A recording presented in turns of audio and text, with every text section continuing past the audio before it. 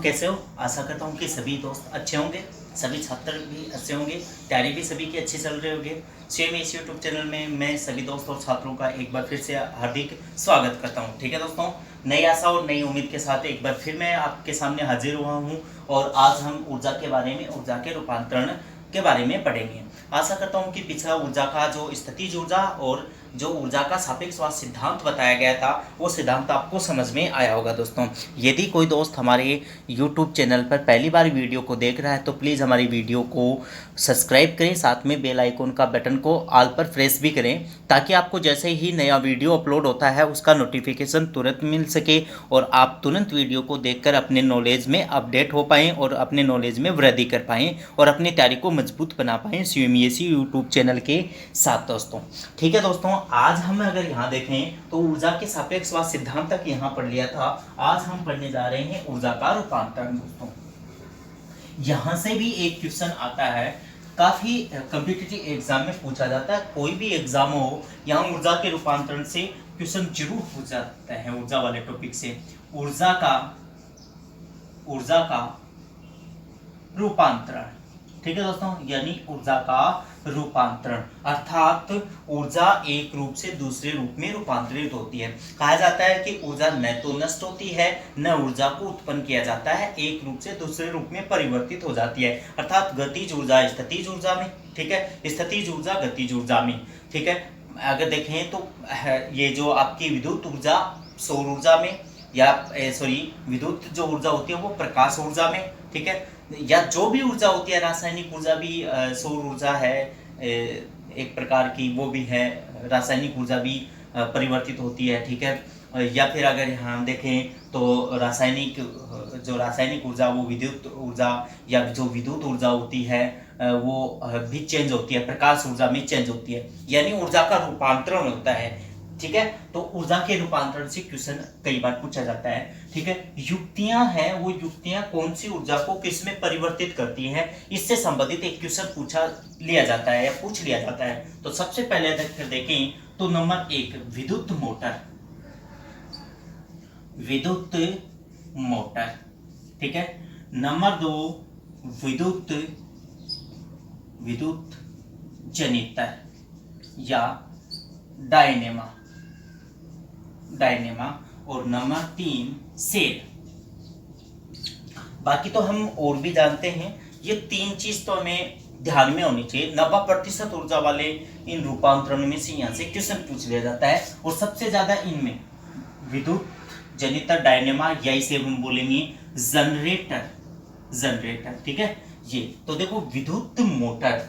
अब आप फैक्ट ऐसे रखें कि विद्युत मोटर बिना विद्युत के नहीं चलती और विद्युत एक प्रकार की क्या है दोस्तों, ऊर्जा है। तो विद्युत मोटर विद्युत ऊर्जा को, यानी यंत्र चलेगा, विद्युत ऊर्जा को यांत्रिक ऊर्जा में परिवर्तित करती है, यानी विद्युत मोटर क्या है, विद्युत ऊर्जा को यांत्रिक ऊर्जा में परिवर्तित करने वाली युक्ति है। क्वेश्चन देखें क्या है, विद्युत मोटर किस ऊर्जा को किस में परिवर्तित करती है? तो ऑप्शन ये रहेंगे, विद्युत ऊर्जा को रासायनिक, विद्युत को यांत्रिक को विद्युत को यांत्रिक, ऐसे ऑप्शन हो सकते हैं। फिर क्वेश्चन इस आंसर से भी बना देगा कि विद्युत ऊर्जा को यांत्रिक ऊर्जा में परिवर्तित करने वाली युक्ति कौन सी है। तो विद्युत ऊर्जा को यांत्रिक ऊर्जा में परिवर्तित करने वाली युक्ति कौन सी है, विद्युत मोटर। अब देखो विद्युत जनित्र, यानी अगर जनरेटर चलेगा तो जनरेटर जो चलता है वो जनरेटर क्या होगा दोस्तों, बिना हम यंत्र को घुमाए नहीं चलेगा। ठीक है, फैक्ट में ऐसे दिमाग कि बिना वो विद्युत है, हम यंत्र को घुमा रहे हैं तो क्या हो जाएगी, यांत्रिक ऊर्जा को विद्युत ऊर्जा में परिवर्तित करता है। ठीक है, तो जनरेटर क्या करता है, यांत्रिक ऊर्जा को विद्युत ऊर्जा में परिवर्तित करता है। क्वेश्चन पूछ लिया जाएगा, यांत्रिक ऊर्जा को विद्युत ऊर्जा में परिवर्तित करने वाला यंत्र कौन सा है? तो कौन सा है दोस्तों, विद्युत जनित्र या डायनेमा या जनरेटर। और विद्युत ऊर्जा को यांत्रिक ऊर्जा में परिवर्तित करने वाली युक्ति कौन सी है दोस्तों, विद्युत मोटर होती है। ठीक है दोस्तों, तो आशा करता हूं कि ये आपको यहाँ तक समझ में आ गया होगा। दोस्तों अब देखें इसमें सेल, ठीक है। सेल अगर देखें तो सेल दो प्रकार के होते हैं। सेल, ठीक है। सामान्य सेल क्या है, अगर देखें रासायनिक ऊर्जा को विद्युत, विद्युत को रासायनिक में ही परिवर्तित करता है। लेकिन सेल दो प्रकार के होते हैं। एक तो क्या है आपके प्राथमिक सेल, प्राथमिक सेल, और एक आपके क्या है द्वितीयक सेल, द्वितीयक सेल। ठीक है दोस्तों, प्राइमरी सेल और सेकेंडरी सेल। प्राथमिक सेल क्या करेंगे, यानी प्राथमिक सेल, प्राथमिक सेल रासायनिक ऊर्जा को, रासायनिक ऊर्जा को विद्युत ऊर्जा में परिवर्तित करते हैं, यानी रासायनिक ऊर्जा को विद्युत ऊर्जा में परिवर्तित करते हैं। जबकि द्वितीयक जो सेल है वो सेल क्या करेंगे, यानी रासायनिक, रासायनिक ऊर्जा को विद्युत ऊर्जा, विद्युत ऊर्जा और विद्युत ऊर्जा को पुनः क्या कर सकते हैं, यानी रासायनिक ऊर्जा में परिवर्तित कर सकते हैं। इसका अर्थ हुआ कि जो द्वितीयक सेल है वो द्वितीयक सेल को हम आवेशित कर सकते हैं, यानी उन्हें चार्ज किया जा सकता है। ठीक है दोस्तों, तो द्वितीयक सेल और प्राथमिक सेल को हम आवेशित नहीं कर सकते, तो इन्हें आवेशित यानी चार्ज नहीं किया जा सकता, नहीं किया जा सकता, और इन्हें आवेशित या चार्ज किया जा सकता है। ठीक है, उदाहरण देखें तो इनके उदाहरण कौन से हैं। अगर यहाँ देखा जाए तो इनके उदाहरण, यानी जो प्राथमिक सेल हैं, इन प्राथमिक सेल के आपको उदाहरण हैं, वो उदाहरण कौन से हैं, तो उदाहरण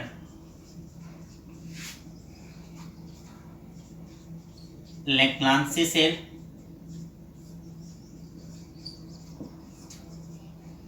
वोल्टीय सेल, शुष्क सेल, शुष्क सेल, और इसका उदाहरण कौन सा है, सीसा, सीसा संचायक सेल। ये तो आप ये भी ध्यान में रखेंगे दोस्तों। आशा करता हूं कि ये भी आपको समझ में आ गया होगा। ठीक है दोस्तों, तो आप इस चीज का स्क्रीनशॉट ले सकते हैं, नहीं तो वीडियो पॉज करके वापस आप देख सकते हैं आराम से और अपने नोट्स बना सकते हैं। अब देखिए नेक्स्ट, यानी इसमें अगर देखें तो पवन ऊर्जा, ये भी कई बार पूछ लिया जाता है। पवन ऊर्जा एक प्रकार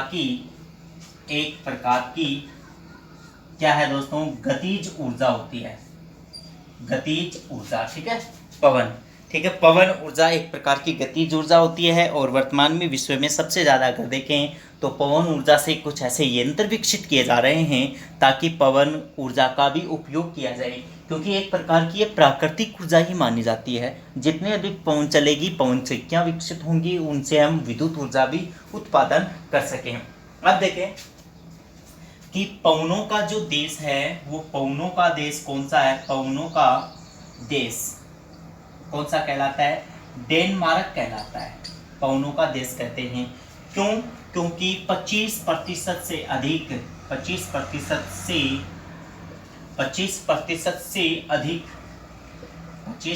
से अधिक विद्युत का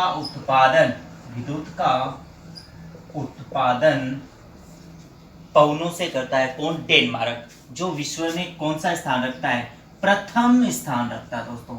यानी विश्व में पवनों से विद्युत ऊर्जा का उत्पादन करने वाला देश पहले नंबर पर कौन सा है, डेनमार्क है।